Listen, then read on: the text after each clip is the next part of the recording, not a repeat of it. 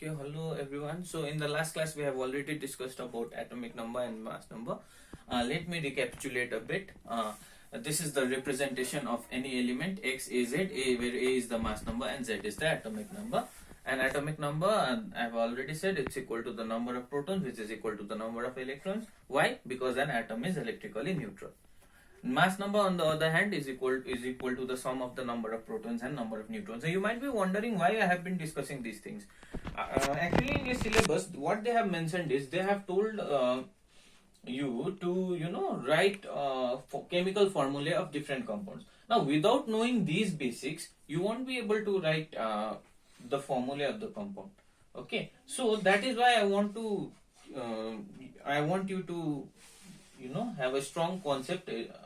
So that it becomes easier for you to grasp those things when we discuss it later. So what I want you all is to remember the symbols of different elements, at least from hydrogen to calcium. At least from hydrogen to calcium, hydrogen, helium, that is periodic in the periodic table. Please go through, at least remember the symbols of elements from atomic number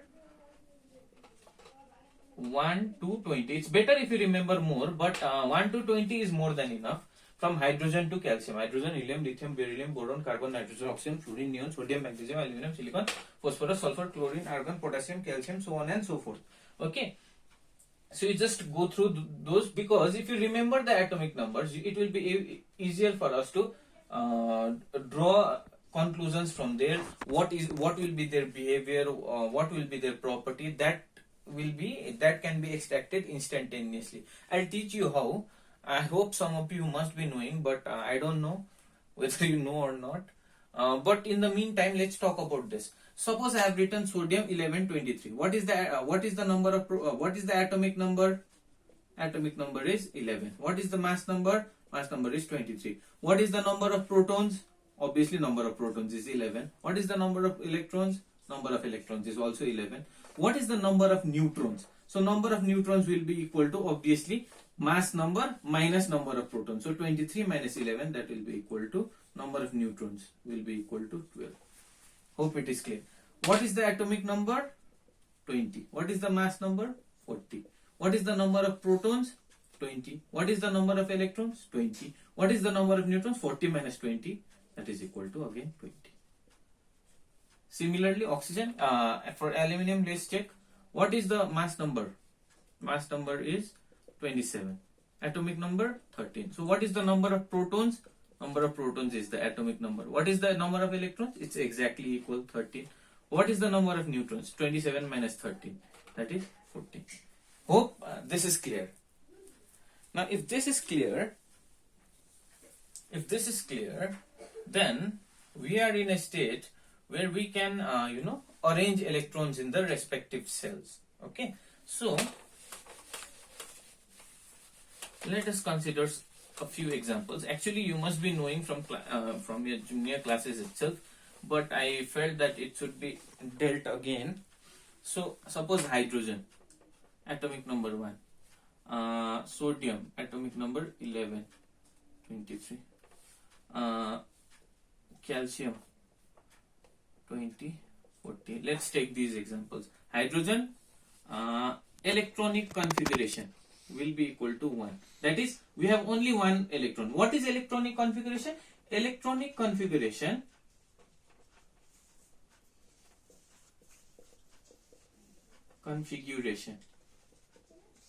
is the distribution of electrons in respective cells. Distribution of electrons in respective cells. Now, what does this mean? This means, as we have already said, we have an atom with a central core which is called nucleus. One proton, only one electron. This is hydrogen. Let's talk about sodium. Sodium, how many electrons are there? Electrons. Distribution of electrons, because electrons are arranged in the cells. So electrons, how many electrons are there? 11 electrons. So electronic configuration will be equal to 2, 8, 1. This I am talking about sodium. Okay, so how is this arranged? how many protons? 11 protons. How many neutrons? Obviously 12 neutrons, isn't it? So 2 electrons. Here we'll have 1, 2, 3, 4, 5, 6, 7, 8 electrons and 1 electron in the outermost shell. This is the arrangement of electrons, okay, and that arrangement of electrons in respective cells is called electronic configuration. So the electron which is in the outermost shell, this is called valence electron, okay, valence electron. The electron which is in the outermost shell is called valence electron. Now if you understood why I told you to remember the symbols along with the atomic numbers, because if you know the atomic number you will know the electronic configuration, and if you know the electronic configuration you will be able to draw the conclusions, important conclusions about the property of the element which is concerned.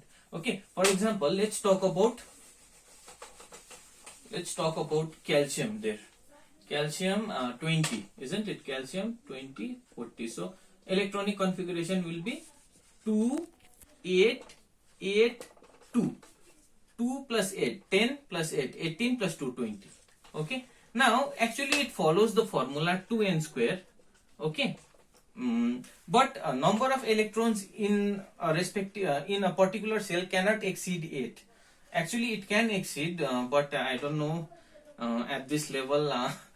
We have to, follow this procedure only. Actually it is not the correct procedure, but for the purpose of understanding at this level, you have to understand it in this way. The number of electrons in a particular cell cannot exceed 8. So 2, 8, 8, 2. So you understood. So how will this look like? 20 protons and 20 neutrons, 2 electrons, 8 electrons, 8 electrons and 2 electrons. This is how it will look like, isn't it? This is your calcium atom. Okay, so the electronic configuration is the distribution of electrons in respective cells. Hope this concept is also clear. Now if this is clear,